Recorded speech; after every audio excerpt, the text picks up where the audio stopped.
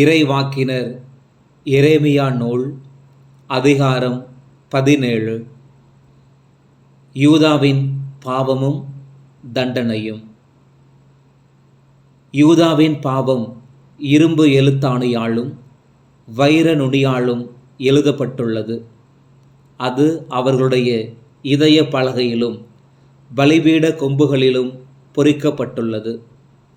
தழைத்த மரங்களின் கீழும் உயர்ந்த குன்றுகளின் மேலும் திறந்தவெளி மலைகள் மீதும் உள்ள அவர்களுடைய பலிபீடங்களையும் அசேரா கம்பங்களையும் அவர்களின் பிள்ளைகளை நினைத்து கொள்கின்றார்கள்.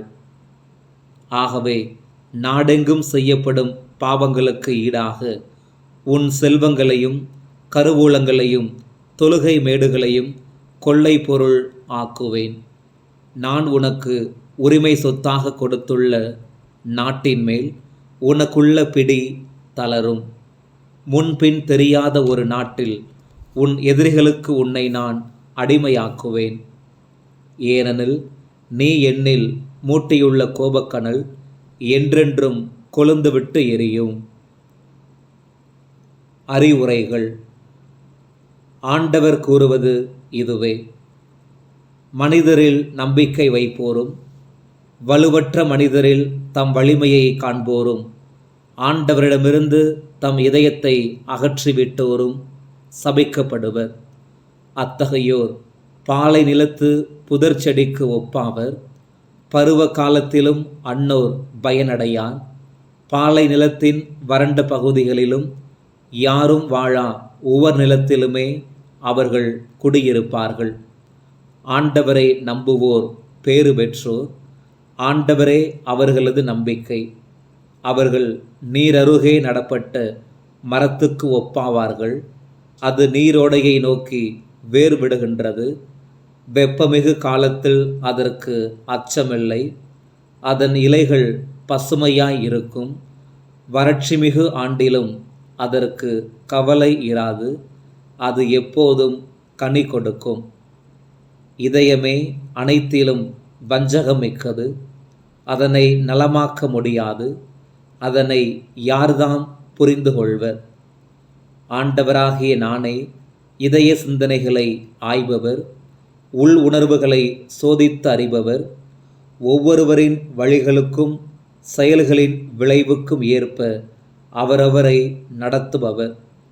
நேர்மையற்ற வழிகளில் செல்வம் சேர்ப்போர் தான் இடாத முட்டைகளை அடைகாக்கும் கவுதாரி போன்றோர்.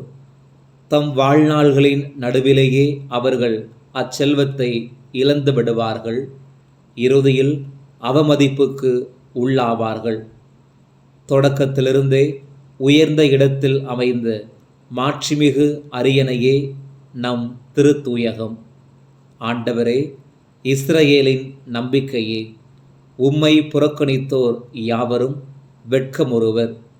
உம்மை விட்டு அகன்றோர் தரையில் எழுதப்பட்டோராவர்.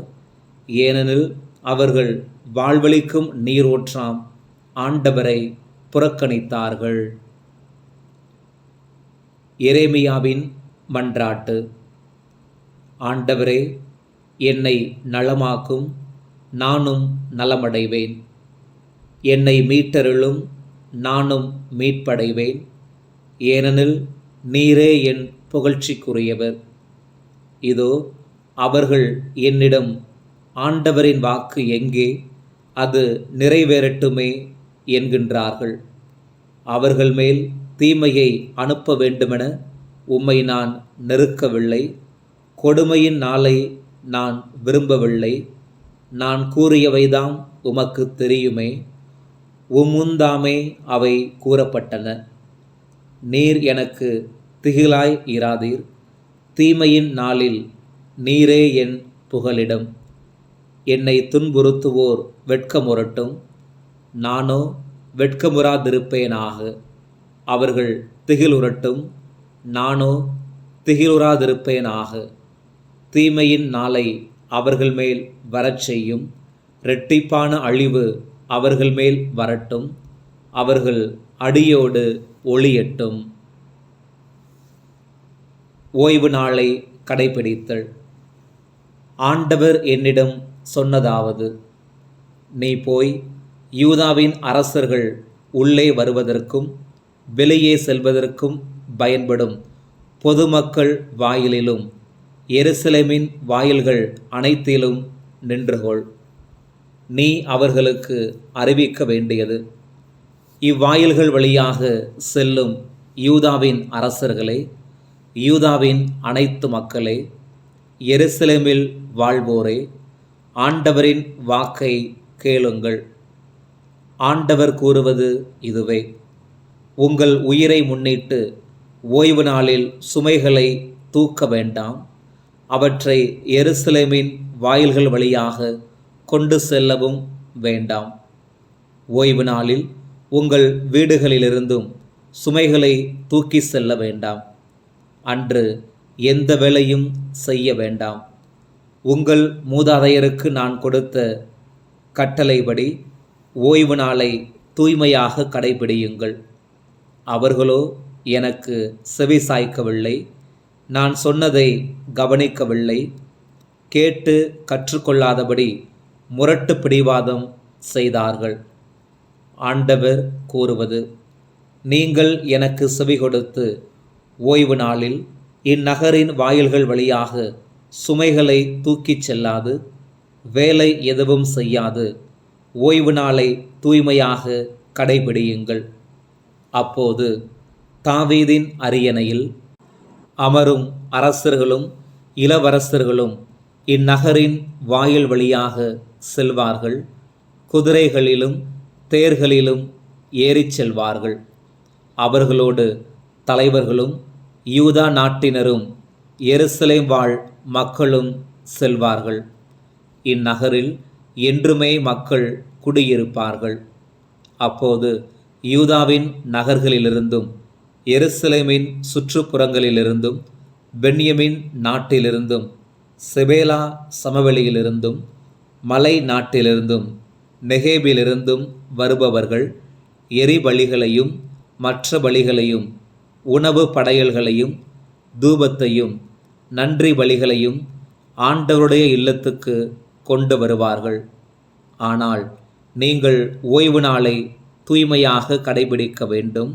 அன்று எருசலேமின் வாயில்கள் வழியாக சுமைகளை தூக்கிச் செல்லக்கூடாது.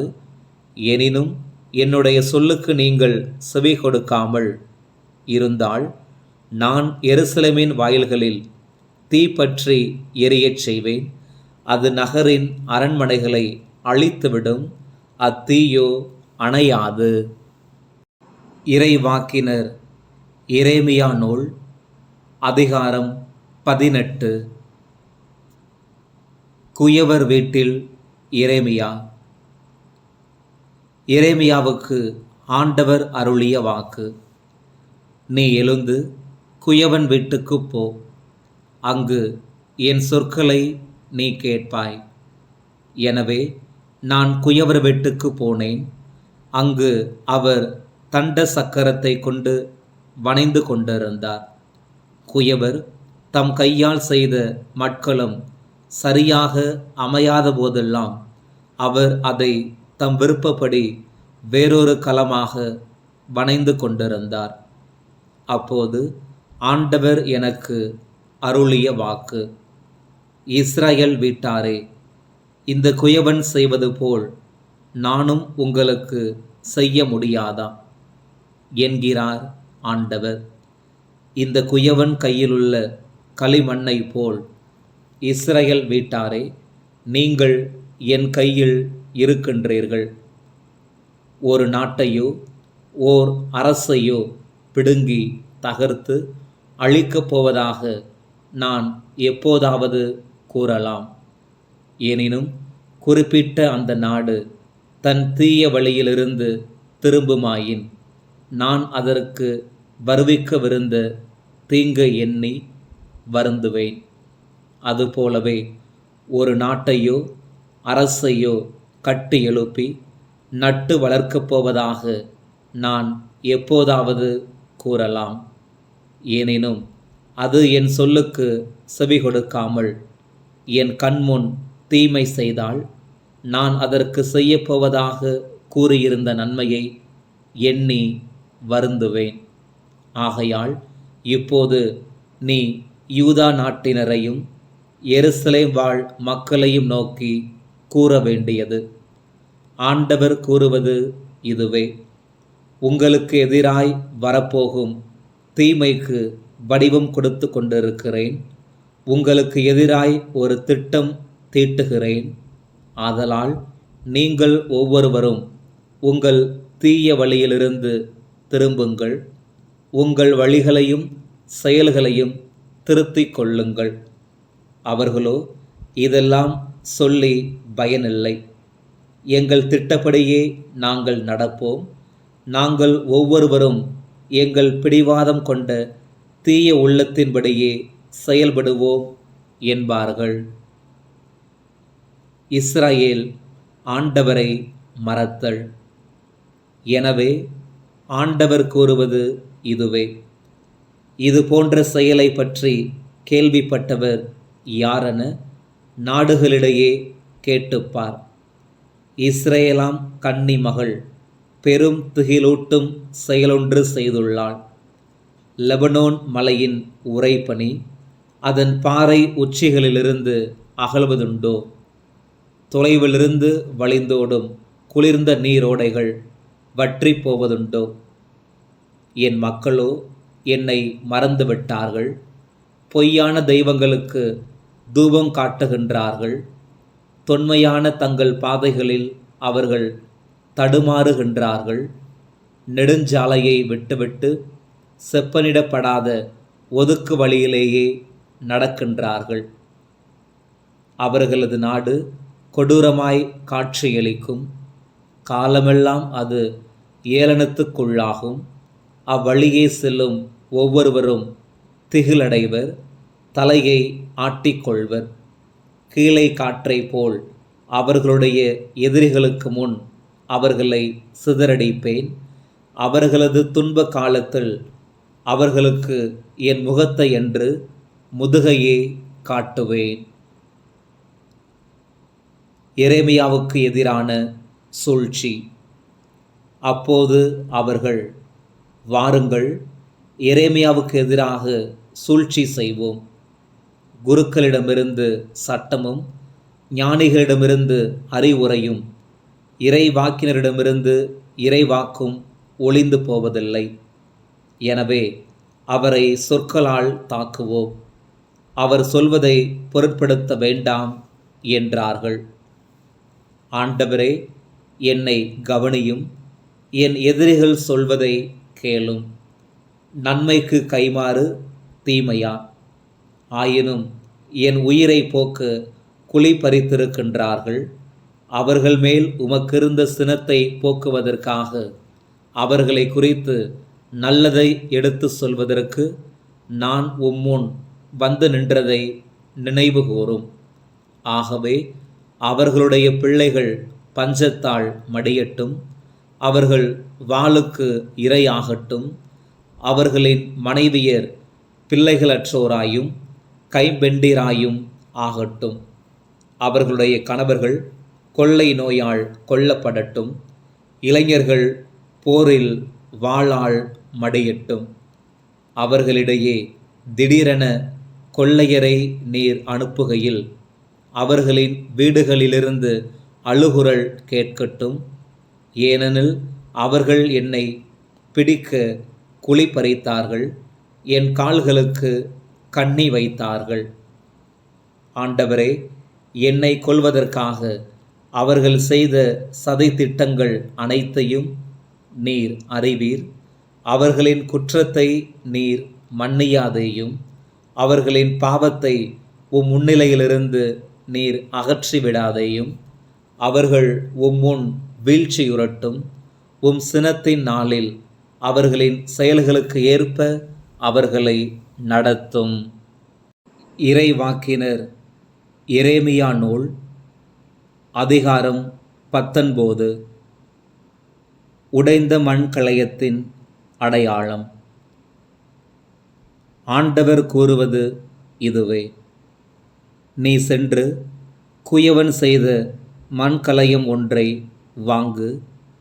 மக்களுள் மூப்பர் சிலரையும் குருக்களுள் முதியோர் சிலரையும் கூட்டிக் கொண்டு மண்கல உடைசல் வாயில் அருகிலுள்ள பென் இன்னும் பள்ளத்தாக்கிற்கு போ. நான் உனக்கு சொல்லப்போகும் சொற்களை அங்கு அறிவி. நீ சொல்ல வேண்டியது: யூதாவின் அரசர்களே, எருசலேம் வாழ் மக்களே, ஆண்டவரின் வாக்கை கேளுங்கள். இஸ்ரவேலின் கடவுளாகிய படைகளின் ஆண்டவர் கூறுவது இதுவே: கேட்கும் அனைவரின் காதுகள் நடுநடுங்கும் அளவுக்கு இந்த இடத்தின் மீது தீமை வரச் செய்வேன். அவர்கள் என்னை புறக்கணித்தார்கள், இந்த இடத்தை தீட்டுப்படுத்தினார்கள். தாங்களோ தங்கள் மூதாதையரோ யூதாவின் அரசர்களோ அறிந்திரா வேற்று தெய்வங்களுக்கு தூபங்காட்டினார்கள்.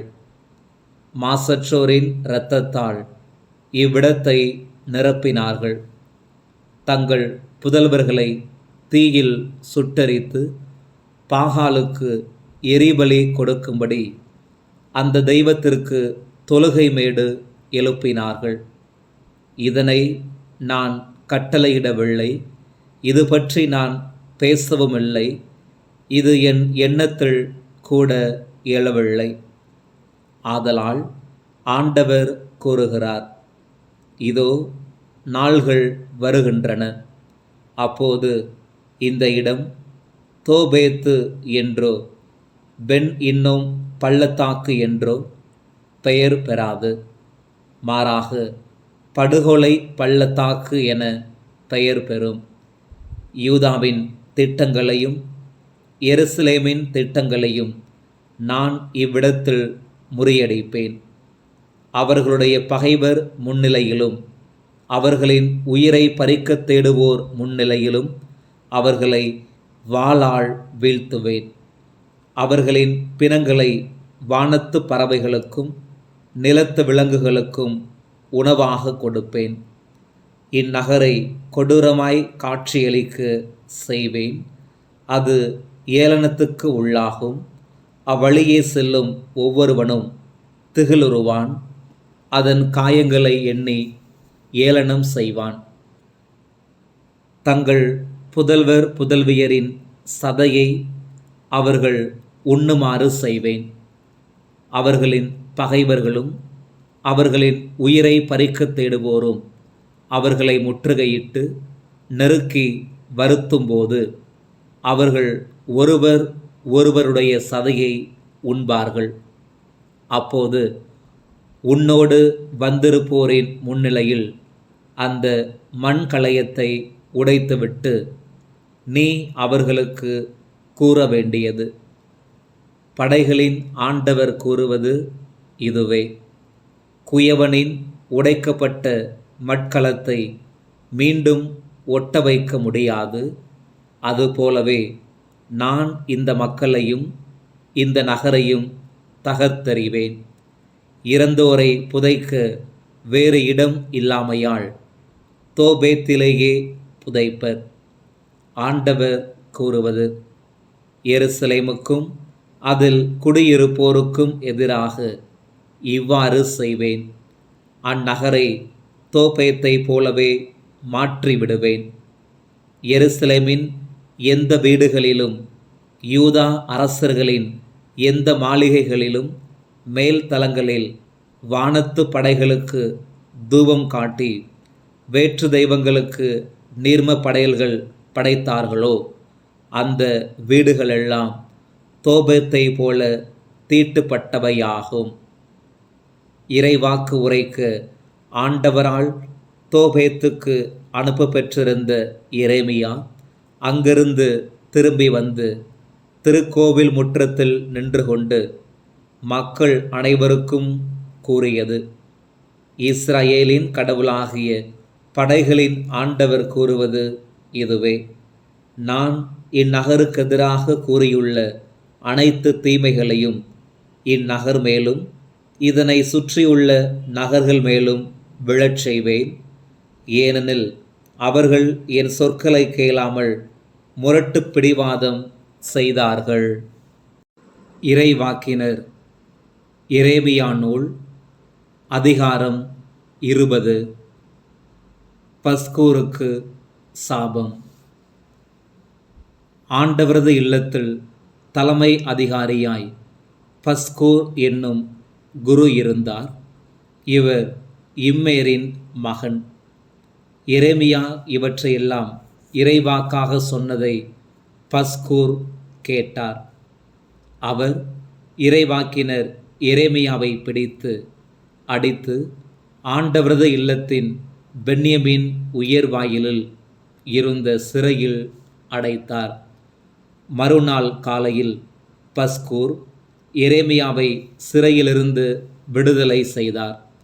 அப்போது எரேமியா கூறியது: ஆண்டவர் உம்மை பஸ்கூர் என்று அழைக்கவில்லை, மாறாக மகோர் மிசாபிபு என்றே அழைத்துள்ளார். ஏனெனில் ஆண்டவர் கூறுவது இதுவே: இதோ, உனக்கும் உன் நண்பர்களுக்கும் பேரச்சம் உண்டாக நீயே காரணமாவாய். உன் கண் முன்னாலேயே அவர்கள் பகைவர்களின் வாளால் மடிவார்கள். யூதா முழுவதையும் பாபிலோனிய மன்னனிடம் கையளிப்பேன். அவன் அவர்களை பாபிலோனுக்கு நாடு கடத்தி வாளால் வெட்டி வீழ்த்துவான். இந்நகரின் செல்வங்களையும் உழைப்பின் பயன் அனைத்தையும், விலை உயர்ந்த பொருள்கள் யாவற்றையும், யூதா அரசர்களின் கருவூலங்களையும் அவர்களுடைய பகைவர்களிடம் விட்டுவிடுவேன். அவர்கள் அவற்றை கொள்ளையடித்து பாபிலோனுக்கு கொண்டு செல்வார்கள். பஸ்கூர், நீயும் உன் வீட்டில் வாழும் அனைவரும் சிறைப்படுத்தப்படுவீர்கள். நீயும் உன் பொய் வாக்குகளை கேட்ட உன் நண்பர்களும் பாபிலோனுக்கு சென்று அங்கு சாவீர்கள், அங்கேயே புதைக்கப்படுவீர்கள். எரேமியாவின் முறைப்பாடு. ஆண்டவரே, நீர் என்னை மயக்கிவிட்டீர், நானும் மயங்கி போனேன். நீர் என்னை விட வல்லமையுடையவர், என்மேல் வெற்றி கொண்டு விட்டீர். நான் நாள் முழுதும் நகைப்புக்கு உள்ளானேன். எல்லாரும் என்னை ஏளனம் செய்கின்றார்கள். நான் பேசும்போதெல்லாம் வன்முறை, அழிவு என்றே கத்த வேண்டியுள்ளது. ஆண்டவரின் வாக்கு நாள் முழுதும் என்னை நகைப்புக்கும் பழி சொல்லுக்கும் உள்ளாக்கியது. அவரது பெயரை சொல்ல மாட்டேன், அவரது பெயரால் இனி பேசவும் மாட்டேன் என்றேன். ஆயினும் உம் சொல் பற்றி எரியும் தீயை போல் என் இதயத்தில் இருக்கின்றது. அது என் எலும்புகளுக்குள் அடைபட்டு கிடக்கின்றது. அதனை அடக்கி வைத்து சோர்ந்து போனேன். இனி என்னால் பொறுத்து கொள்ள முடியாது. சுற்றிலும் ஒரே திகில் என்று பலரும் பேசிக்கொள்கின்றார்கள். பழி சுமத்துங்கள், வாருங்கள், அவன் மேல் பழி சுமத்துவோம் என்கின்றார்கள். என் நண்பர்கள் கூட என் வீழ்ச்சிக்காக காத்திருக்கின்றார்கள். ஒருவேளை அவன் மயங்கி விடுவான், நாம் அவன் மேல் வெற்றி கொண்டு அவனை பழி தீர்த்து விடலாம் என்கின்றார்கள். ஆனால் ஆண்டவர் வலிமை வாய்ந்த வீரர் போல் என்னோடு இருக்கின்றார். எனவே என்னை துன்புறுத்துவோர் இடறி விழுவர், வெற்றி கொள்ளார். அவர்கள் விவேகத்தோடு செயல்படவில்லை, எனவே வெட்கமுறுவார்கள். அவர்களின் அவமானம் என்றும் நிலைத்திருக்கும், அது மறக்கப்படாது. படைகளின் ஆண்டவரே, நீர் நேர்மையாளரை சோதித்தறிபவர், உள் உணர்வுகளையும் இதய சிந்தனைகளையும் காண்பவர். என் எதிரிகளை நீர் பழி வாங்குவதை நான் காண வேண்டும். ஏனெனில் என் வழக்கை உம்மிடம் எடுத்துரைத்துள்ளேன். ஆண்டவருக்கு புகழ் பாடுங்கள், அவரை புகழ்ந்தேத்துங்கள். ஏனெனில் அவர் வறியோரின் உயிரை தீயோரின் பிடியினின்று விடுவித்தார். நான் பிறந்த நாள் சபிக்கப்படட்டும், என் அன்னை என்னை பெற்றெடுத்த நாள் ஆசி பெறாதிருக்கட்டும். உனக்கோர் ஆண் குழந்தை பிறந்துள்ளது என்ற செய்தியை என் தந்தையிடம் சொல்லி அவரை மகிழ்ச்சி வெள்ளத்தில் ஆழ்த்திய அந்த மனிதன் சபிக்கப்படுக. இரக்கமின்றி ஆண்டவர் வீழ்த்திய நகர்களுக்கு அவன் ஒப்பாகட்டும். காலையில் அழுகுரலையும் நண்பகலில் இரைச்சலையும் அவன் கேட்கட்டும். தாய் வயிற்றில் நான் இருந்தபோதே ஏன் என்னை அவர் கொல்லவில்லை? என் அன்னையே எனக்கு கல்லறையாய் இருந்திருக்கலாம். தாயின் கருவறையிலேயே என்றும் இருந்திருப்பேனே.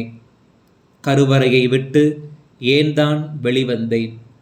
துன்பத் துயரத்தை அனுபவிக்கவும் என் வாழ்நாள்களை வெட்கத்தில் கழிக்கவும் தான் வெளிவந்தேனோ?